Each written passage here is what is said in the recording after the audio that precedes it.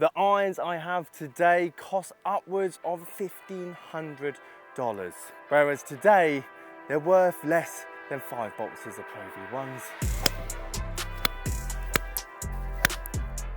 Oh wow, that is just delightful. I mean, just look at that thing. That is not what you want to hit as your first tee shot of the video. This brand has got a special place in my heart, and not to mention when you put Japanese forged made in the same sentence, it's going to incur a bit of a price. However, when I found out what these are going for second hand, I think we need to make a video. Well, they work out the middle. Thank God I didn't hit the toe. Now, big thank you to the boys at Replay Golf for supplying me these works of art, and that's exactly what they are.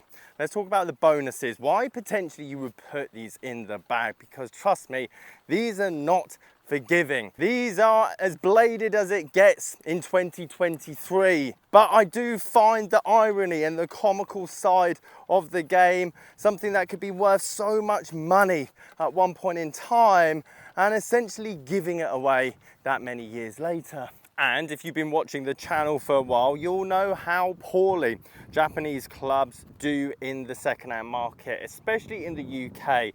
I did a review on the Honma TW757 driver, all carbon. I rated it so highly. Even last year when it just come out, you could pick this up for $230, $240, virtually brand new. As of recording this video, I'm seeing it sell for £130. £150.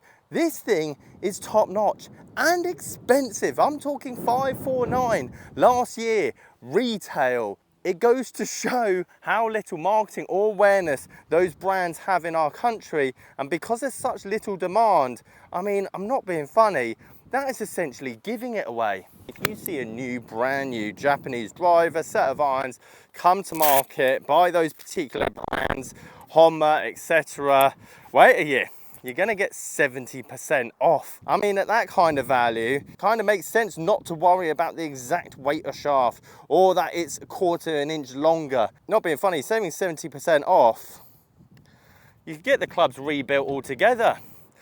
Yes, that was a birdie. Go on the practice. Some of you guys spotted this in my recent What's in the Bag video.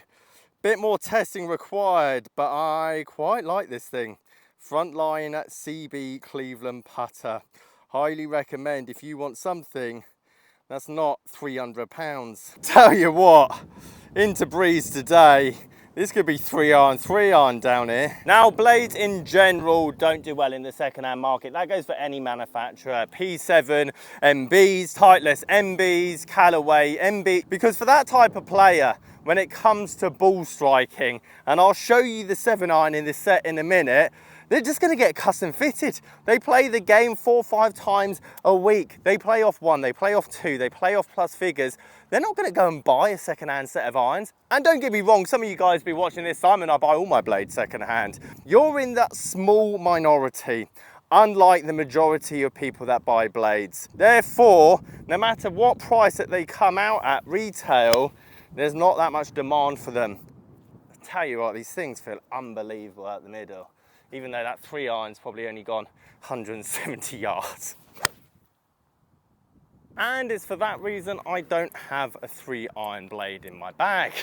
Because let's be honest, to wield these clubs in your bag, you need a pretty consistent centeredness of strike. Me and Vega irons have had a long history. To be perfectly honest, without this brand of golf club, and I'm being very serious, I don't think we'd have half the content that I have today. In the height of lockdown, I bought about 50 heads of Vega irons for about £100. I mean, these were £2 a head. It taught me how to use eBay. I made a video on it. I told you how to build the club, and tons of you guys bought these heads.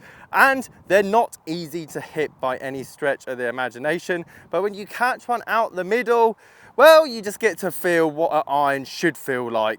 And it's not to say you have to get the blades. They have a VDC version that is a bit more forgiving, a bit more like your traditional cavity back, your Titleist CBs, your Callaway Apex Pros, your TaylorMade P770, but probably a tiny bit smaller than those, I would say. My point is, if you want to experience what a blade should feel like, or potentially you want as close to a set of Miuras as you possibly can get, even though second-hand Miuras are very expensive, this is your best alternative. You want to find the middle 100% of the time, this is it. Are they going to help your score? Probably not. Are you going to be in a sense of awe and admiration when you do butter this one towards the flag from 160 yards? Oh wow, that is just delightful. 100% yes. The easiest way to describe this iron set is an old school sports car. The mileage is rubbish. These are going to wear through like nothing. You can see the wear spot. They're so soft out in the metal, they're going to deteriorate if you hit 5,000 shots on a grass driving range. The suspension is not there. It's going to be bumpy. If you don't hit it out the middle, you're going to feel it. You're going to know about it. And to be honest, with modern day golf clubs, you can still get the same kind of launch and pretty much precision from a bigger cavity back iron from one of the big name brands. However, you don't drive that old classic sports car for the comfortable ride. You don't do it for the quickest lap time, but it gives you a little smile. It ticks a box, potentially a dream that you always had back in the day, to then finally say, yeah, I can now use this. I can now drive it. I can now take these out on the golf course and hopefully shoot somewhere around my handicap. I can honestly say, this is the first time I've been hitting a pitching wedge from this distance, 120 out, but because they're so true lofted and bladed into the wind, I mean, I think this is virtually the number. Never hit it before, but in theory, this should be straight at the flag. Oh, the strike was just phenomenal. And that's even short. I mean, I can't describe it. Would I like to use these in a pressured environment off the first tee? 180 yards to the flag into wind? 100% not. Do I like them for a casual knockabout just to show off to a few friends? Yeah, definitely. And for once, what was a set of irons that are $1,400, $1,500 brand new, we're now talking £250. £300, depending on how many you get, depending on the condition. Don't get me wrong, they could be £400. But for a set of irons that's this well crafted, that's going to give you that strike and feel like no other, and as I say, get you as close to a Miura as you're ever going to get in terms of the pinnacle of golf club craftsmanship, I can't really recommend anything much better. Guys, I hope you enjoyed this video, and if you like this Japanese set of irons, then you might like this one up here on the right hand side. Catch you guys later.